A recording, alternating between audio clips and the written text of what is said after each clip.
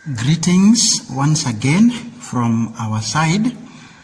Today we continue with the task of drawing graphs in chemistry paper 2. So with us this afternoon is a 2015 chemistry paper 2 question number 6. Join us as we go through this question together. Now, the drawing of the graph was just part of the question, but as our tradition, we decide to do the whole question. So, we start with part A. Other than concentration, state two factors that determine the rate of a reaction. So, you've been given concentration, therefore, you are supposed to exclude it from the list of factors that affect rate of a reaction. And on this list, we still have so many factors left. The first one being temperature, the next one being catalyst, another one is surface area. We also do have pressure, and last but not least, we have light intensity. So you are asked to just state two. There are quite a number that a student could think of in that section. So in 2015, our graph came from the topic rate of reaction. Graphs in chemistry paper 2, as we had mentioned earlier, can come from quite a number of topics. We have a rate of reaction that we have today. There is also radioactivity. We also have where the last one came from, and that was on thermochemistry. And we also said solubility and solubility curves may also have some graphical work. So let's have a look at the question. In an experiment to determine the rate of reaction, excess lumps of calcium carbonate were added to 2 molar hydrochloric acid. The mass of calcium carbonate left was recorded after every 30 seconds. The results are as shown in the table below. So we have time in seconds and mass of calcium carbonate left in grams. So time 0, mass left was 2. Time 30 seconds, mass left 1.60. Time 60 seconds, mass left 1.30. Time 90 seconds, 1 gram was left. 120 seconds, 0.85 was left. 150 seconds, 0.8.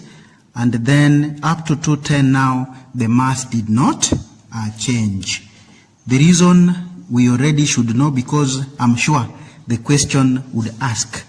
And the answer is that the calcium carbonate or the hydrochloric acid, being our reagents, one of them could have been used up. And because we were adding excess lumps of calcium carbonate, it means that the acid was the one that would be used up. So when you reach there, the mass of calcium carbonate would not change as shown in the table. So before we draw the graph, we are asked to write the equation for the reaction that took place. So take note of your reactants. We have calcium carbonate, which is solid in this case, being reacted with hydrochloric acid, which was in aqueous state. You are able to form calcium chloride, which is aqueous. You are able to form carbon dioxide gas, and you are able to form water as a liquid. Of course, you balance with a 2 on your acid. Now, we move straight to doing the graph. So on the grid provided, plot a graph of mass of calcium carbonate. The examiner is good enough to tell you the axis, vertical axis. So please, the idea of inverting your graph should not actually come into play. So we shall put calcium carbonate on the vertical axis and then time on the horizontal axis. I want us to take note of our values here once again. Time will be on the x-axis, and as you can see, the values are starting at 0. So again, our x-axis must start at 0 at the origin as you try to choose your suitable scale. Now looking at the y-axis, the smallest figure we have here is 0.8. So we shall try to choose a good scale that would avoid a hanging graph. For that matter, we may be forced to once again do what we call break the axis. So come with me to the graph page that was left that year and draw the graph together. I want to take note of the values because we shall be using them in the next page. Good. So we will start with choosing a scale, choosing a good scale. So I'll start with the y-axis. We are drawing this together. I may not be very accurate because I'm recording and at the same time demonstrating. So that is going to be our y-axis, and then we are drawing x-axis down here. There we are. This is our x-axis. Yes, so I want to start with the x-axis, and I believe you still remember our values. There was 0 to 30, so I want to use the scale of one big box for 30 seconds because this would actually fit onto the space that I have here. So from 30 I move to 60 to 90 to 120 to 150 to 180 and then to 210. The rule is you must use more than 2/3, of the whole area of the graph. So choose a good scale that is going to optimize the amount of space that is left on the axis. Moving to the y-axis, the least value is at 0.8 and the smallest value, the biggest or the largest value is at 2. So I can decide to go for the scale of one big box for 0.2. So that 0 to 0.2, 0.4, 0.6, 0.8. But please take note, the first value is going to be up here.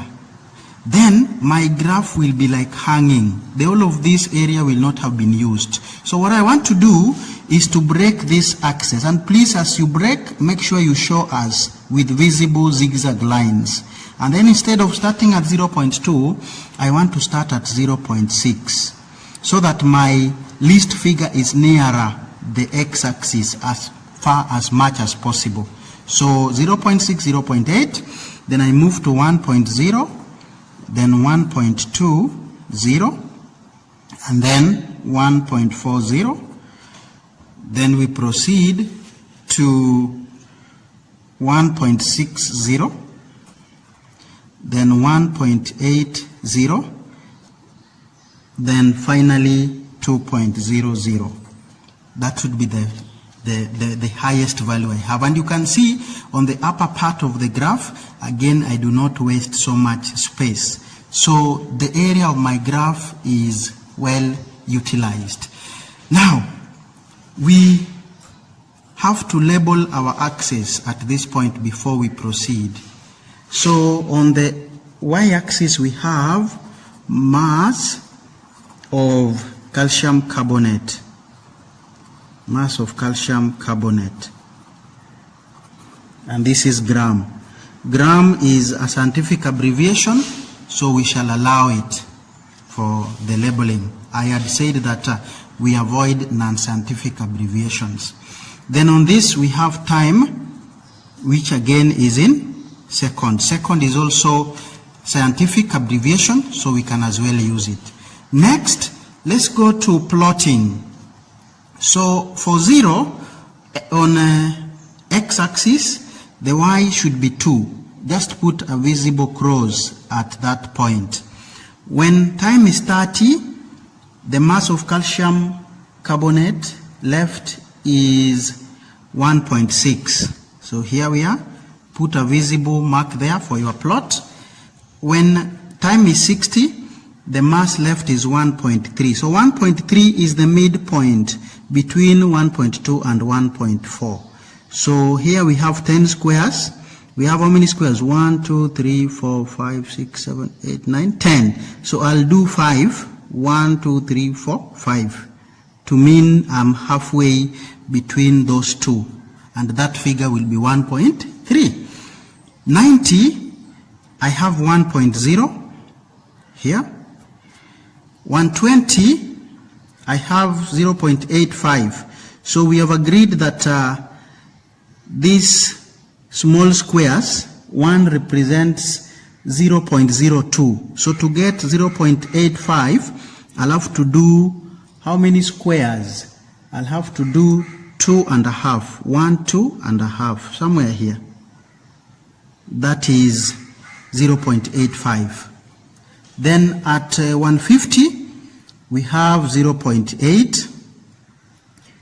At 180, the same figure is maintained. So here, our curve has flattened out. Now, that is plotting. I will show you how the plotting mark was awarded in a little moment. So, we are supposed to join these plots.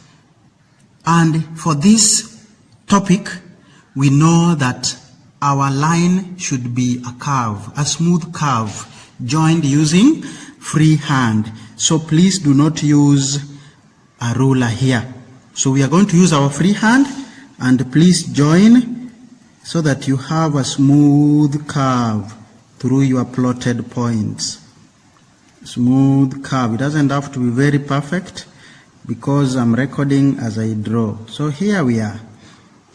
There is some distortion at this point, but I hope when you do it on your own, you will be smoother than me, because I am demonstrating this as I record the video. So that would be our curve, looking nice and very nice.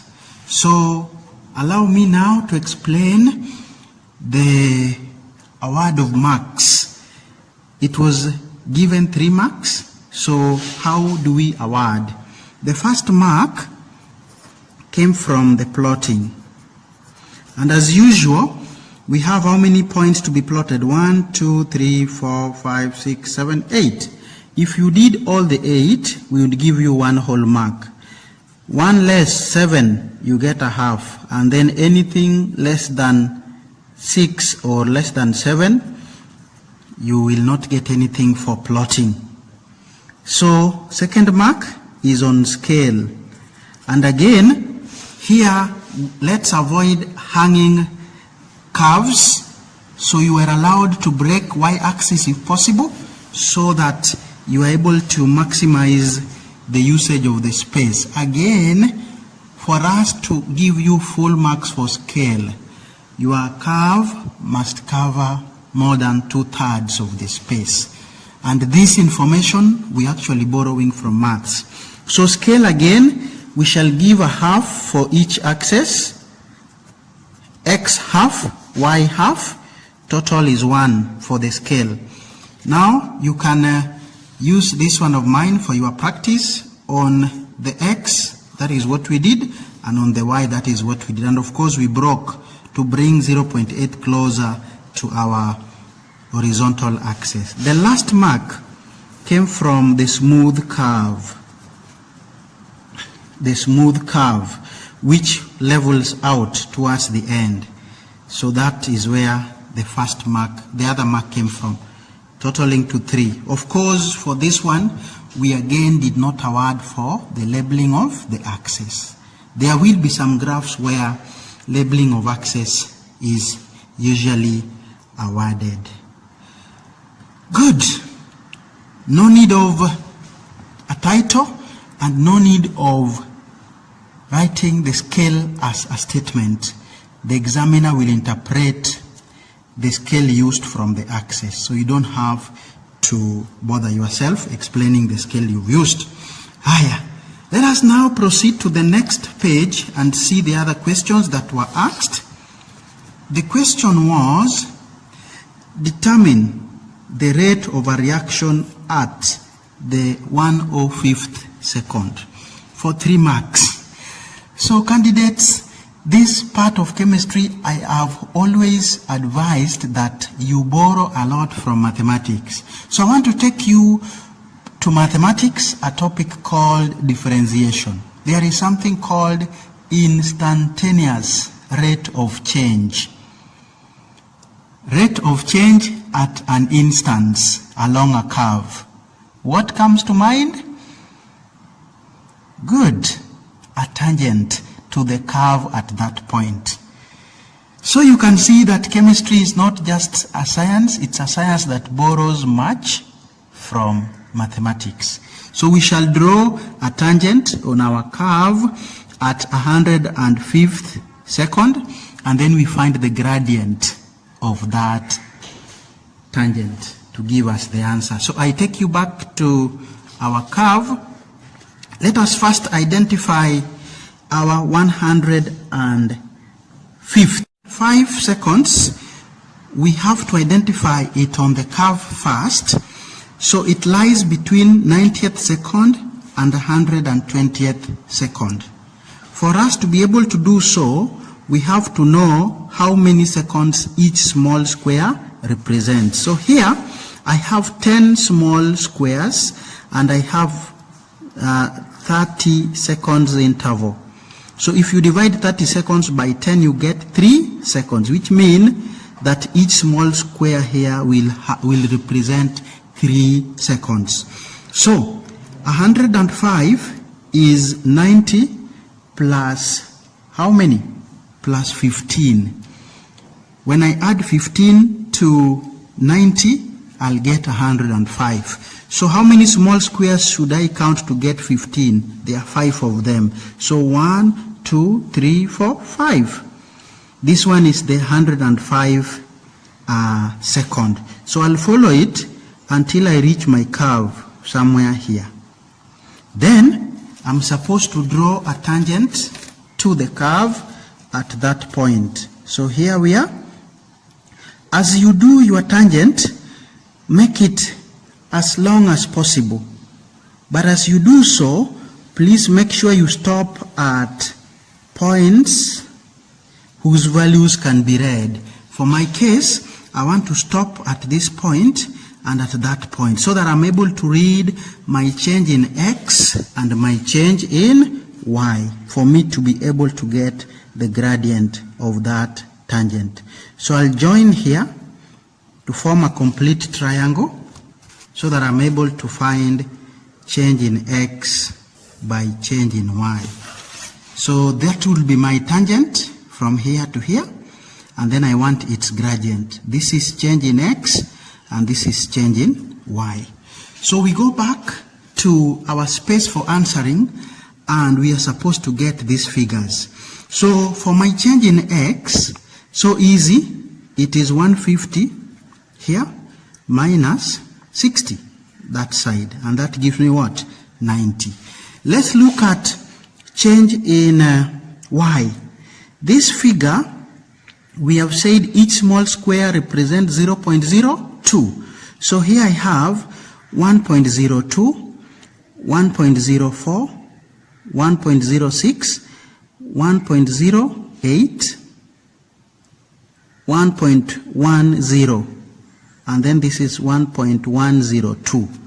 That would be my figure, my first one. So change in y will be, let me take it again. This is 1.0, 1.02, 1.04, 1.06, 1.08, 1.10, 1.12 is my hardest figure, 1.12. Then from it, I subtract the least figure here. So this is 0.6, 0.62, 0.64, 0.66, 0.68, and we have 0.7. Good. So as you extend your gradient, your tangent, please make sure you have points that you can easily read. So when I do this calculation, let's do calculation 1.12 minus 0.7. What do I get? 2, 4. I get 0.42. 0.42. So kindly take note of these figures. We will get the rate of change by finding the gradient, which is change in y divided by change in x. So take note of this. And I want to tell our students that even here, the answer you are going to give us depends on the kind of tangent you have drawn. So it doesn't have to be like mine. You draw yours, use yours to answer that question, and your answer will be as good as mine. So having chosen our tangent, having read our tangent from the graph, we can now go ahead and answer this question. So rate of reaction will be given by change in y over change in x. Change in y was given by 150 minus 60, and I was able to get 90. That was change in x. Coming to change in y, we had 1.12 minus 0.7. So this gives me 0.42 divided by 90, and my answer becomes 0.004667 grams per second. And you get your full marks. So this is 1. Of course, 1 for drawing the tangent. We shall give a half here, another half here, and 1 here. Total 3 if you add to the 1 mark for drawing the tangent. So good. And please don't forget, the answer you get here is wholly dependent on your tangent. You do not have to copy the one I have here. So kindly go into your graph, draw any tangent, get the change in y over change in x. The any answer you get, as long as there is evidence you've drawn the tangent, is as good as done. So finally, we were asked, why does the curve level out after some time? And this is very easy, because all the acid had been used up. So when all the acid is used up, the reaction kind of stopped. Then lastly, we were now asked, on the same grid, sketch a curve for the same reaction using 4 molar hydrochloric acid. So remember, we used 2 molar hydrochloric acid. We are now using a more concentrated acid. For that matter, it will take a shorter time for this point where the curve levels out to be reached. So we are going to draw a line here, or rather a curve that is all below the one we drew early, but it levels out at the same point. So this would be the mark for the last question. It is 2 marks. So being below the curve, the original one, being below it all through would give you the first mark, and then leveling out at the same point, another mark. Total 2. Thank you for your time. That is all we had for you for this afternoon as far as graph on reaction rates is concerned. Continue to support us. God bless you. All the best in your exams.